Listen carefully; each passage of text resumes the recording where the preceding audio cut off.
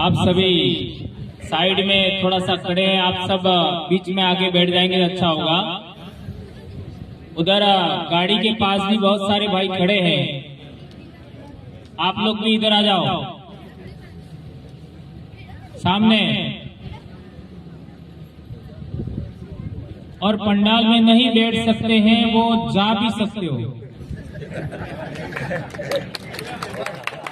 क्योंकि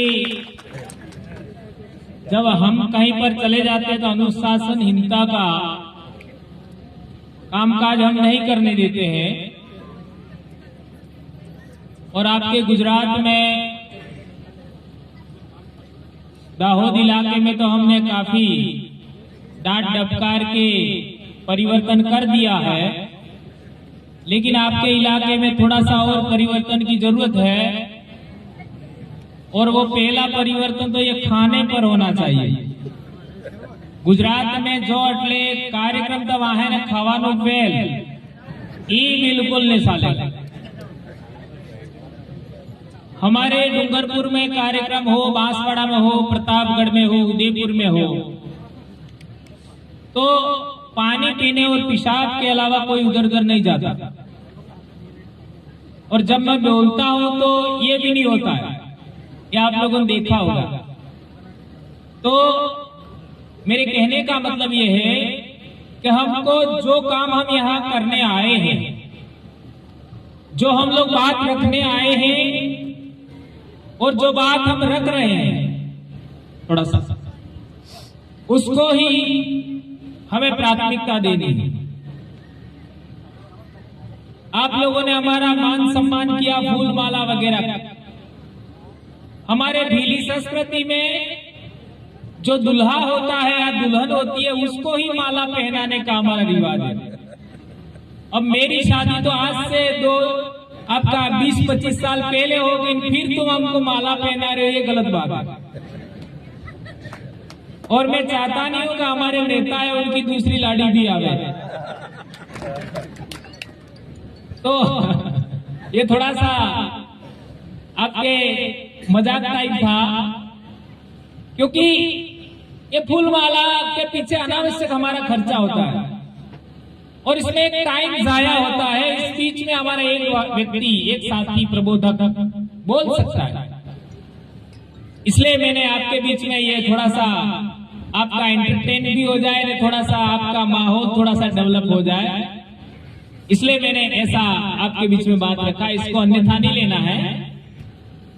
तो आने वाले समय में इस इलाके में हमारे जितने भी कार्यक्रम होंगे उसमें ये दो चीज आपको ब्रेक करनी है।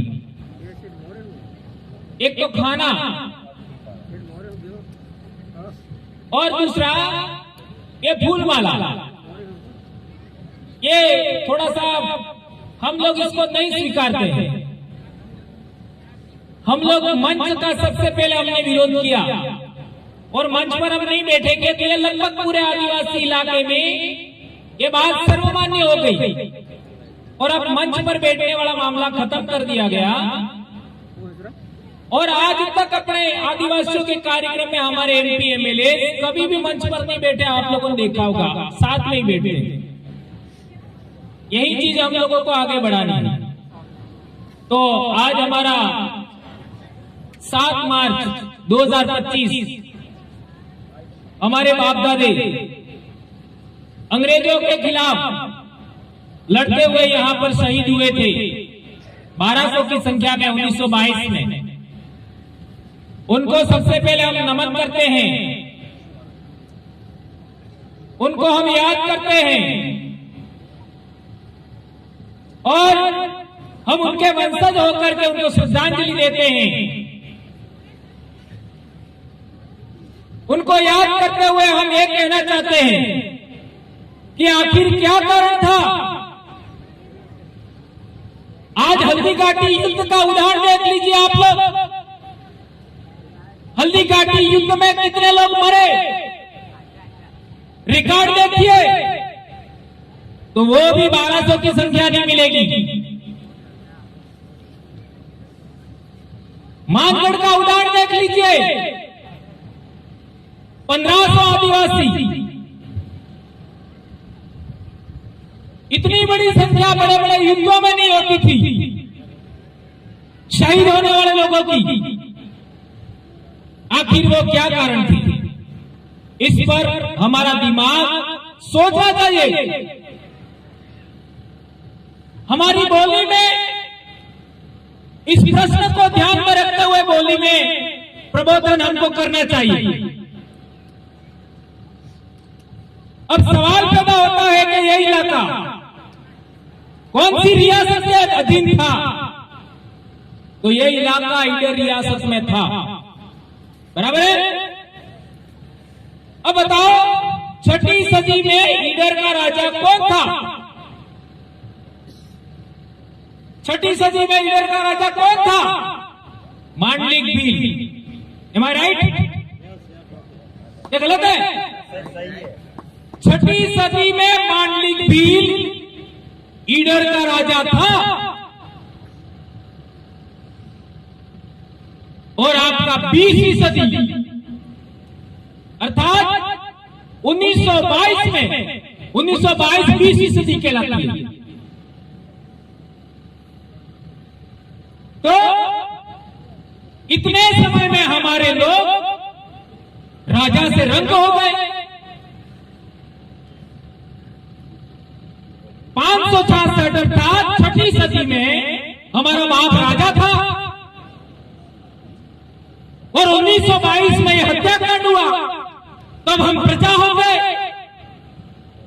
राजा से प्रजा कैसे हुए, ये बात जानना समझना जरूरी है। और यहां जो जिन लोगों ने यहां राज किया, वो मांडलिक राजा ने उनके बाप गुहिल को संरक्षण दिया था। ये इतिहास सही है गलत है? ईडर के राजा मांडलिक भील ने गुहिल को संरक्षण दिया, अपने परिवार में बड़ा किया, और उस जमाने में राजतंत्र नहीं होता था भीलों के राज में। ये बात बहुत बड़ी है। गणतंत्र हुआ करता था, और गणतंत्र में जो योग्यतम आदमी होता है उसको राजा बनाया जाता है, चाहे वो अपने परिवार का हो या बाहर का हो। तो राजा मांडलिक ने अपने जीते जी गुहिल को राजा बनाया, और उन्हीं के वंशज आगे बढ़ करके उदयपुर में, चित्तौड़ में, उदयपुर चित्तौड़ एक ही, और आपका डूंगरपुर बांसवाड़ा, ये पूरे बेल्ट में गुहिल वंश का राज रहा। उनके पूर्व पुरुष, आदि पुरुष, जो उनका पूर्वज था, उसको हमारे बाप दादाओं ने संरक्षण दिया। तो हमारे पूर्वजों की खासियत क्या थी, उसको एक उदाहरण और से समझते। आपका गुजरात के अंदर पहले रजवाड़े टाइम में कोई राजधानी थी तो वल्लभी थी। जब ईडर का हमारा राजा था उस जमाने में, और इसके बाद अणहिलवाड़ का स्थापना करने वाला वनराज चावड़ा, उसका पिता भी पंचासर का छोटा मोटा राजा था। पंचासर आज की तारीख में मेहसाणा में है। पंचासर का राजा था, तो उसकी बाहर के लोगों ने आक्रमण करके उसको मार दिया। तो उसकी मां के पेट में था, और उसका मामा और दोनों भीलों के बीच में जाके जंगल में रहे, और भीलों ने संरक्षण दिया। और भीलों के संरक्षण में बड़ा होने के बाद 744, 45, 46 में अणहिलवाड़ का चावड़ा वंश का शुरुआत हुआ 8वीं सदी में। और यही बात है, आप आगे बढ़ाओ, गुहिल वंश का ही 5वीं 6ठी सदी का आपका बप्पा रावल, चित्तौड़ पर उसका राज कायम हुआ। मौर्य वंश यानी मौर्य वंश के बाद उसमें भी 2 भील बाणद और देवा ने सहयोग किया था उनको।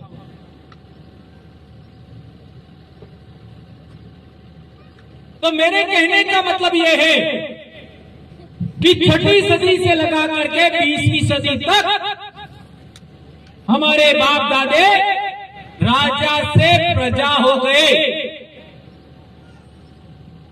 इस बीच में आप लोग देख लीजिए, ये सोलुमर, वहां सोनारा भील का राज था, वो 13वीं सदी का मामला है, 13वीं सदी का। हमारा डूंगरपुर का 1282 में डूंगर भील राजा था, वो भी 13वीं सदी का मामला है। बांसवाड़ा में बांसिया भील वाहिया भील था, वो 1500 ईस्वी का मामला है, अर्थात 16वीं सदी का राजा था।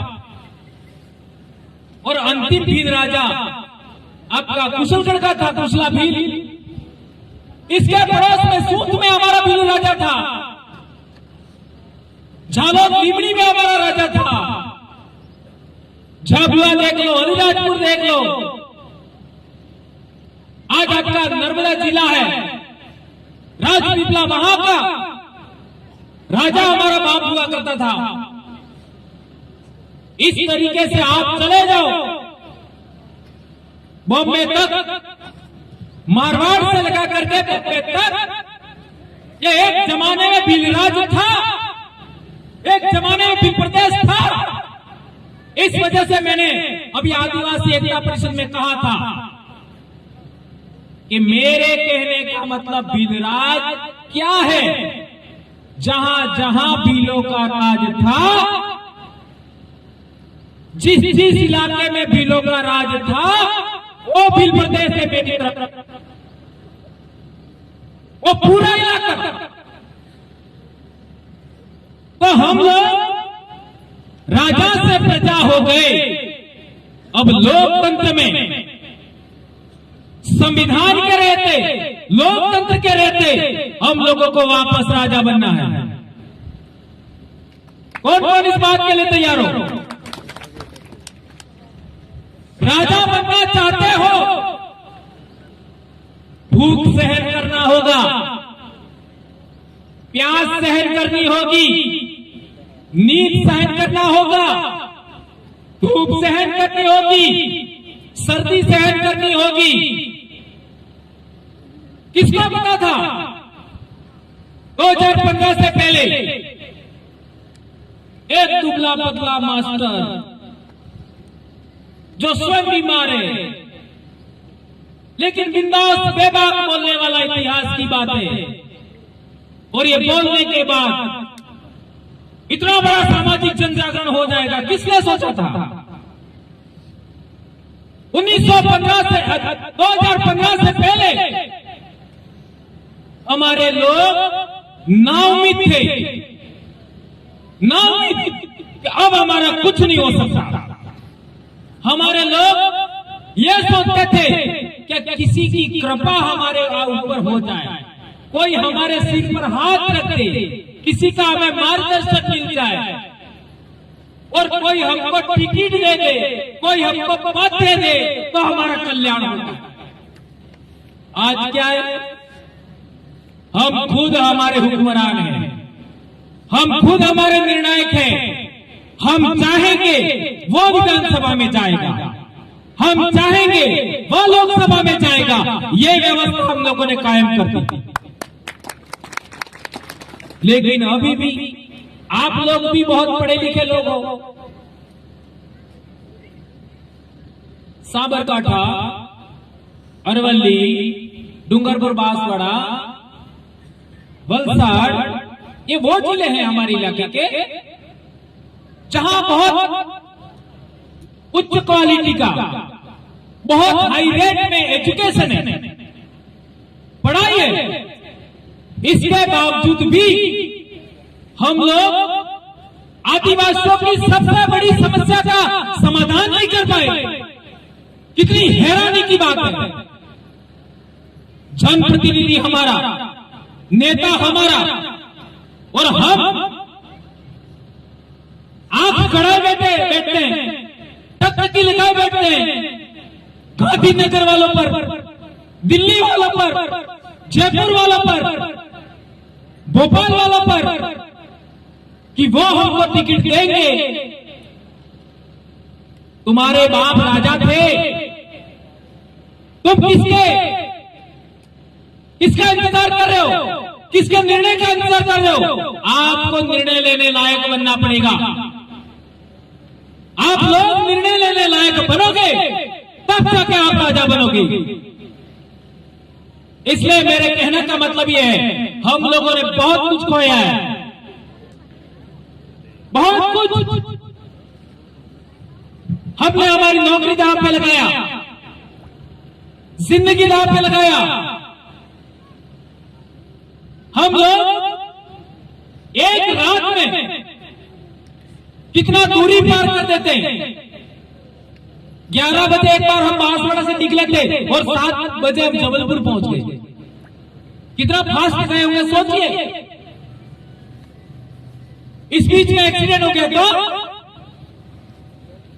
क्या होगा हमारे बच्चों का, हमारे माँ बाप का क्या होगा? आज भी मेरे माँ बाप तो मुझे रोटी खिलाते हैं। कितना मेहनत, कई बार हमारा एक्सीडेंट हो गया, इसके बावजूद भी हम लोग दिन रात एक करके समाज को जन जागरण और समाज का जोड़ने में, प्रशिक्षित करने में रात दिन लगे हुए। आज से 3 दिन तक लगातार हमारे कार्यक्रम है। अभी हम यहाँ हैं, कल हम कर्नाटक में रहेंगे और परसों हम एमपी में रहेंगे। बोलिए, इस तरीके से हम दौड़ते हैं, इस तरीके से हम भागते हैं और समाज को जोड़ने के लिए प्रयास करते हैं। और आप तो इतने निकट हो, हमारे बहनों पानी ढोल तो नहीं आवे, पानी ढोल हमसे क्या है? और आज तक हम लोग बस खाना खाना खाना खाना। इसलिए कहा गए सरपंच साहब, कराल साहब, आप सबको आज के बाद आदिवासी परिवार के कार्यकर्ता यहाँ आते हैं। आप भी आदिवासी परिवार के हो और अभी बहुत जल्दी भिलोड़ा में बहुत बड़ा महासम्मेलन लेने वाले हैं। आज हमारे इलाके के लोग नहीं आए, क्यों नहीं आए बताओ? अभी वो प्रवीण बोल के गया, आजकल के मसाले फूक भगवान फसल कटाई, इसलिए फसल कट जाए इसके बाद हम भिलोड़ा में बहुत बड़ा सम्मेलन लेने वाले हैं। इसलिए अब आपके इलाके पर हम ध्यान देंगे, जन जागरण करेंगे, लेकिन आज के बाद ये 2 काम अपन को नहीं करना है, एक तो फूलमाला वाला और एक खाने वाला। ठीक है? इसका मतलब ये हुआ कि आप लोग खाना नहीं मिले ऐसा करके नहीं आओगे, ऐसा नहीं मत करना। ये घर जाके खाएंगे। हम लोगों ने बहुत कष्ट झेले। कांति भाई को पूछिए, हम लोग बाइक पर जाते थे, सारी नाइट वहां रहने का, सारी नाइट चर्चा करने का, दिन फिर कार्यक्रम, 2 दिन का कार्यक्रम होता था, आदिवासी परिवार के चिंतन शिविर। और एक बार तो बाइक पर हम मर जाते, मेरी बाइक भिड़ जाती एक लकड़ी के ठूंठे से, ऐसा कई बार हुआ। तो मेरे कहने का मतलब यह है कि हम लोग 2 प्रकार का अलायंस बना रहे हैं आज की तारीख में। पूरे देश में, पूरे देश के आदिवासियों का 2 प्रकार का अलायंस बना रहे हैं। एक सोशल अलायंस, सोशल अलायंस, जितने भी आदिवासी इलाकों में संगठन है, सामाजिक संगठन, उनका अलायंस बना रहे हैं। और एक दूसरा अलायंस, पॉलिटिकल अलायंस, आदिवासी इलाके में जितने भी आदिवासियों की पार्टियां हैं उनका भी अलायंस बना रहे हैं। महेश भाई, ये बहुत इंपॉर्टेंट बात है। सभी लोगों का अलायंस बना करके हम एक दूसरे का सम्मान करते हुए, एक दूसरे का टेरिटोरियल आपका पोजीशन है उसको स्वीकार करते हुए हम लोग एक दूसरे का साथ लेके आगे बढ़ेंगे। हम लोगों ने एक व्यवस्था कायम किया है कि हमारे इलाके में जन जागरण कैसे होगा, सामाजिक व्यवस्था कैसी होगी, अनुशासन नियमावली के नियम क्या होंगे, जनप्रतिनिधि सिलेक्शन प्रणाली क्या होगी, उसका विकास किया है, उसको सभी को मानना है तब एलायंस होगा, अन्यथा नहीं होगा। उसको मानना है तभी होगा, ये बहुत इंपॉर्टेंट बात है। तो मैंने आपको एक बहुत इंपॉर्टेंट बात बताई कि आने वाले समय में अपने इलाके में जन जागरण में कौन सी बातें हमको आगे बढ़ाना। तो मैं बता रहा था कि ईडर में हमारा राजा था और ये पाल चितरिया का आंदोलन हुआ, तब तक हम राजा से रंग हो गए। ईडर में हमारा राजा था, पाल चितरिया का आंदोलन, 1200 आदिवासी मारे गए। आबू में भी हमारा राजा था, आबू सिरोही तो बाद में बना है। सबसे पहला भीलों का राज कहीं कायम हुआ, भीलों का राजतंत्र कहीं कायम हुआ, वो आबू में हुआ था। और आबू में हमारा बाप राजा हुआ था। उस इलाके में भी आप देख लीजिए, लिलुड़ी बटली, हमारा मुकेश भाई किधर गया, ये लिलुड़ी बटली में हमारा 800 आदिवासी सेम टाइम 1922 में हमारे बाप दादे मारे गए। उसके बाद आप उदयपुर देख लो, मेवाड़ में हमारा उदा खरेड़ी हमारा बाप राजा था, वहां पर भी 1881 में आंदोलन हुआ। इसके बाद जुलेब समझौता हुआ 1881 में, उसमें भी हमारे बाप दादे मारे गए। बांसवाड़ा में हमारा राजा था, मानगढ़ का आंदोलन आप जानते ही हो, 1500 आदिवासी मारे गए। देश आजाद होने से कुछ समय पहले जून 1947 कालीबाई क्लास हुआ शिक्षा के लिए हमारे डूंगरपुर में, केवल पढ़ाई के लिए कालीबाई क्लास हुआ और नानाबाई घाट मारे गए। इतने आंदोलन हमारे बाप दादा लड़े, आखिर वो क्या चाहते थे? क्या वो लोग आज जिस तरीके से हम दूसरों के निर्णयों को मानते हैं, दूसरों की अधीनता स्वीकार करते हैं, दूसरों की कही हुई बातों को मानते हैं, क्या हमारे बाप दादे ऐसा चाहते थे? यदि नहीं चाहते थे तो हमारे बाप दादे क्या चाहते थे, उसके बारे में हमको अध्ययन करना होगा, समझना होगा और उसको ध्यान में रखते हुए हमको काम करना चाहिए।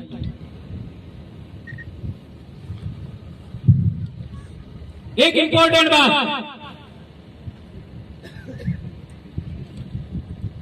हमारे इलाके में हम लोग देखते हैं हल्दी घाटी का युद्ध हुआ, बहुत इंपॉर्टेंट बात है, याद रखना। ये राजा से रंग कैसे हुए इसमें ये बहुत इंपॉर्टेंट बात है। हल्दी घाटी का युद्ध हुआ तो सबको पता है, देश के एक भी इंसान ऐसा नहीं है जिसको पता नहीं। हमारे देश के सभी लोगों को पता है कि महाराणा प्रताप भीलों के पास आए और भीलों के एरिया में रहे और उनको भीलों ने ताज जिंदगी सहयोग किया, सब जानते हैं। और बड़े पैमाने पर इस लड़ाई में भील लोग शहीद हुए, सब जानते हैं, इसमें कोई बड़ी बात नहीं। लेकिन बहुत महत्वपूर्ण सवाल खड़ा कर रहा हूं मैं, उस जमाने में भील योद्धा लोग थे, राजे महाराजे थे, बहुत बड़ी शक्ति थे भील लोग। उसी टाइम आगरा में कौन राज कर रहा था? अनबन थोड़ा बोलो, कौन राज कर रहा था?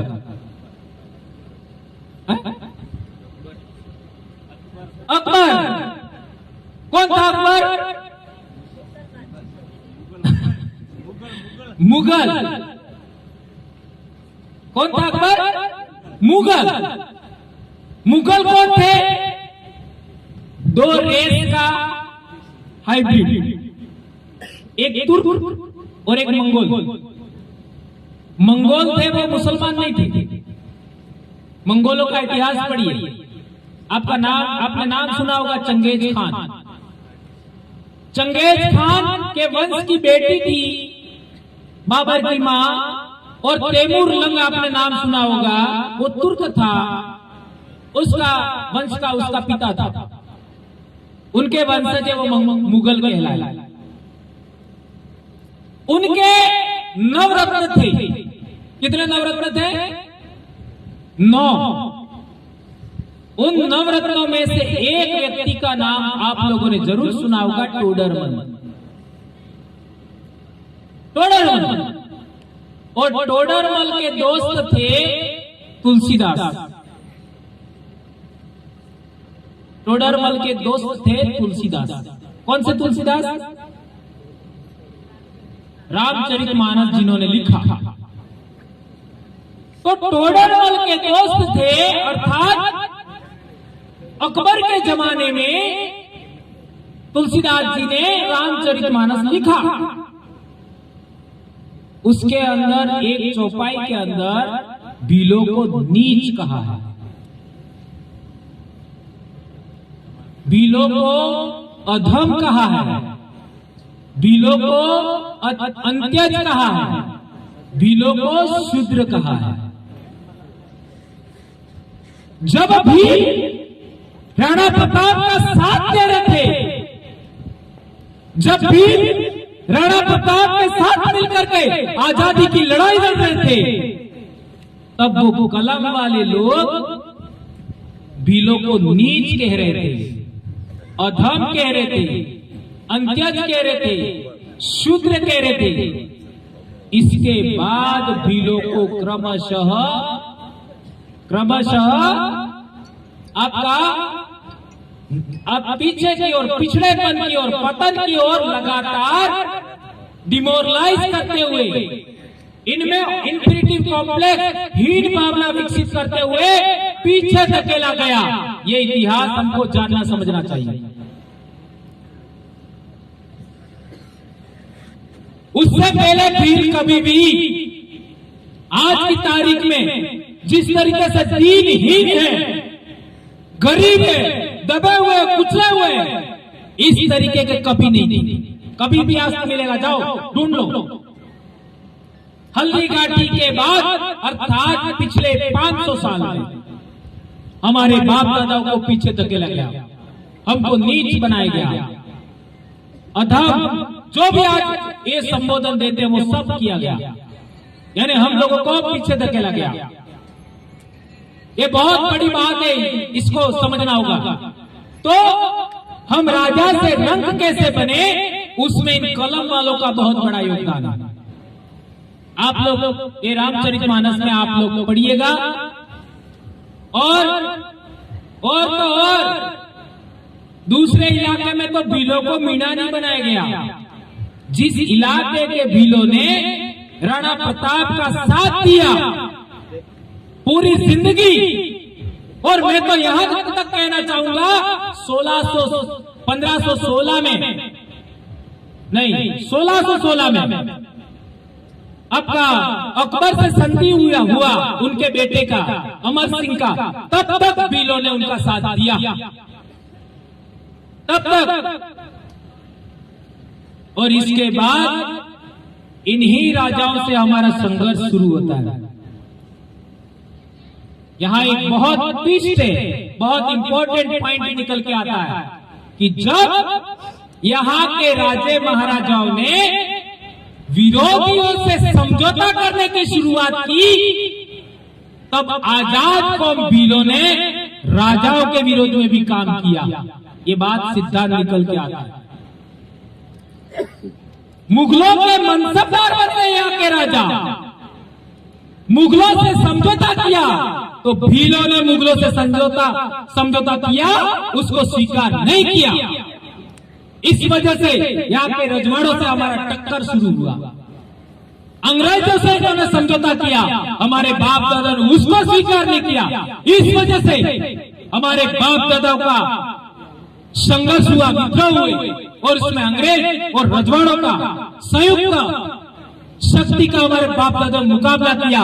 इसमें पालचितरिया हुआ, उसमें आपका लिनुड़ी बटली हुआ, उसमें मानगढ़ हुआ, उसमें आपका दुलेर का आंदोलन हुआ। ये इतिहास आप बेहतर तरीके समझेंगे, ऐसी मैं आपसे अपेक्षा करता हूँ। याद रखिएगा, पहले हम राजे महाराजा थे, कब तक? 16वीं सदी तक।